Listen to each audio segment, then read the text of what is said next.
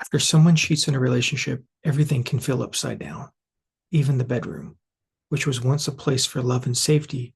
It can now feel like a place full of pain and anger. There are things that we expect in life to be hard, like losing a parent, getting fired, or getting bad news in the middle of the night.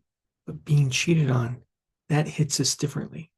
Because when the person you trust with your body, your future, and your family is with somebody else, both you and your relationship break. And then comes the part people rarely talk about, the quiet or not so quiet pressure to still want to be close, to still want to have sex with the very person who hurt you. There's both a desire to be held and to want to run. There's a special kind of pain that lives inside somebody who's been betrayed. It's the deep need to feel close again, to be held, to feel the comfort of familiar arms. But after cheating, many people feel a surprising and confusing pull toward the person who hurt them. Not because the pain is gone, but because the need to feel safe doesn't just disappear when trust breaks. And the person who caused the pain was often the same person who used to make us feel safest. That mix of feelings doesn't just stay in our head, it shows up in the bedroom. This is where things get confusing, because just when you most want comfort, the person who used to give you comfort now feels unsafe. So our body sends us mixed signals. You might reach out for a hug, then you pull away as soon as it starts. You might crave closeness and then freeze when your partner touches you. You might start sex and then feel yourself go numb halfway through. These aren't signs that you're broken or confused. They're trauma responses. It's our nervous system trying to make sense of two things at once. I need you, and I'm scared of you. Those things happen once our bed, which was once the safest and most private place in our relationship, suddenly feels like the scariest place in our whole house. If you have been feeling those things, there's a name for it: betrayal trauma. It sounds like a medical term, but when it happens to you, it's not just a label, it's real, and it hurts. Until the moment your husband reaches for your hand and your whole body goes off, until his smell makes you feel sick, until your own bedroom feels strange, cold, and unsafe, until your brain turns into a movie theater that plays scenes it never actually saw, him touching her, his eyes closed, his voice soft towards her. This isn't about holding a grudge or not being forgiving. It's about how your brain and body are trying to protect you. Betrayal doesn't just hurt your heart, it changes how your brain works. Your fight or flight system doesn't just turn on, it stays on, like a fire alarm that won't stop ringing. And after somebody's unfaithful, sex can turn into a weapon, or it can disappear like a ghost from our relationship. One woman, Claire, who was in our couples program, couldn't even look at her husband without seeing his body with somebody else. Every touch felt confusing. Every kiss didn't make sense. Some nights she started sex hoping it would help put the broken pieces back together. Other nights, she said she did it just to keep him from cheating again. But each time, her body felt far away, like she was acting, pretending to be the woman she used to be. Turns out, that actually happens to a lot of people.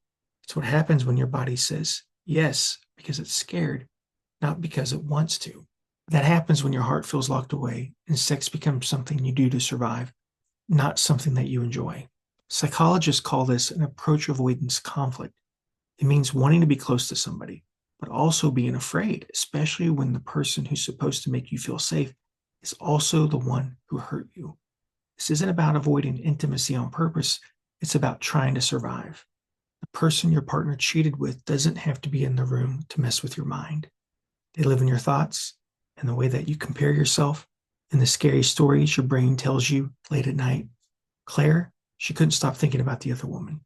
She thought things like, was she skinnier? Was she younger? Was she more fun? Did she laugh at his jokes? Did she touch him in a different way? And the worst question of all for Claire, did he like that better? Now, every memory Claire had of being with her husband felt different. Like there was a little asterisk next to it, one that made her wonder, was he thinking of her when he touched me? Did that other woman sneak into our bed even after she was gone? That's one of the meanest things about betrayal. It turns something tender like sex into a competition you never asked to join. Some people try to win that competition. They buy fancy lingerie. They try new moves in bed. They pretend to like things they never liked before, not because they want to, but because they're scared. Our battle between fear and desire shows up when we feel pulled in opposite directions, wanting to be close, but also afraid of what that closeness might bring. This happens a lot after betrayal, especially in long relationships where love, touch, and trust were once deeply connected. One part of you might ache to feel close again, to get back what was lost, or to feel anything besides pain. But another part of you knows that touch now carries risk of flashbacks, of going numb, of being hurt all over again. This back and forth can feel like emotional whiplash. One moment, you might feel hopeful, even turned on. The next, you're flooded with memories of betrayal, or you feel ashamed of your body. It's like you're being tugged in two different directions, never able to land in one place for long. You might start to doubt yourself. Why do I still want them? Does this make me weak that I still want them? Am I betraying myself by letting them get near me again? But these questions don't mean you're broken. They're signals from your heart and body trying to protect you from more pain, even while still hoping for healing. The desire to connect after betrayal isn't foolish. It's not a sign of weakness. It's a sign that you're human and that your need for love and connection is still alive, even when you're hurting. But healing intimacy after someone strays isn't a straight path. It's full of ups and downs. It means making room for both fear and desire and not judging either one. For some couples, this healing might start with small, safe touches like holding hands, a gentle back rub, a long hug with no pressure for more. Other couples, it might mean taking a break from physical closeness for a while until touch can feel safe and fully wanted again. The most important thing is really to let the person who was betrayed decide the pace. When that control is respected, real healing can begin. The fear and desire don't need to fight each other anymore. Instead, they both get space to be there, slowly making room for peace. With programs like ours, emotional safety mixed in, and a steady rebuilding of trust mixed in, the body starts to calm down. Touch begins to feel safe again. Intimacy can come back, not the way that it used to, but maybe in a new way, a way that honors the hurt and the healing. This isn't about going back to how things were. It's about creating something better, where closeness is a choice, not something to fear, where intimacy isn't forced or fake, but something built together with care and love. Healing a marriage after betrayal doesn't happen in a fancy hotel room with rose petals on the bed. It happens in the quiet moments, like when you say, "I'm not ready yet," and your partner says, "That's okay." Sometimes healing means choosing not to be touched at all, not out of anger, but because your body is still learning how to feel safe again. Sometimes it looks like lying in bed fully dressed, holding hands, tears between you, and no words, just being present with one another. Sometimes the most powerful kind of closeness isn't physical, it's emotional. It's being seen in your pain without anyone trying to rush you out of it. In the process of rebuilding trust, the betrayed partner needs to lead, not to punish, but they're leading to survive. They're not just learning to trust again, they're learning to feel in control of their own body. And the partner who is unfaithful, their job isn't to fix it with big gestures or quick answers. It's to stay. It's to be present. It's to listen. It's to be patient. And it's to give emotional support without expecting anything back. Pushing for sex too soon only makes the wound deeper. But a partner who keeps showing up with love and no pressure, that's someone who helps rebuild a space where intimacy can return. The bottom line is to respect the feelings of the betrayed partner who may not be ready for sex yet. And that's what healing looks like. Not rushing, not forcing, but respecting where the pain lives and letting love grow at its own pace. Now, here's something simple but powerful that you can do. You can ask the injured partner, what kind of physical affection feels okay right now? Maybe it's holding hands.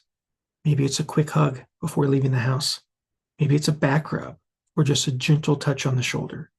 Those small, low-pressure moments can be the first steps toward rebuilding trust. They let connection grow slowly, without fear or expectation. Non-sexual touch, when it's safe and welcome, can help both people relax. It calms the nervous system. It helps the body remember what safety feels like.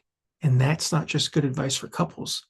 That's how real trust gets rebuilt, one gentle touch at a time. Now, I want to tell you about our proven method that nearly doubles relationship satisfaction in just 3 days. Recently, we had a couple come to our workshop. We'll call them Sarah and James. After experiencing betrayal, they felt like their marriage was beyond saving. Skeptical, but desperate, they attended our Healing Broken Trust weekend, and by the end, they rediscovered their connection, with their relationship satisfaction soaring from what they rated as a 3 before the workshop to an 8 after our workshop. So join our upcoming Healing Broken Trust weekend and experience the transformation firsthand. Rebuild trust, restore intimacy, and renew your relationship. Spots are limited, so reserve your spot today. I'll see you there.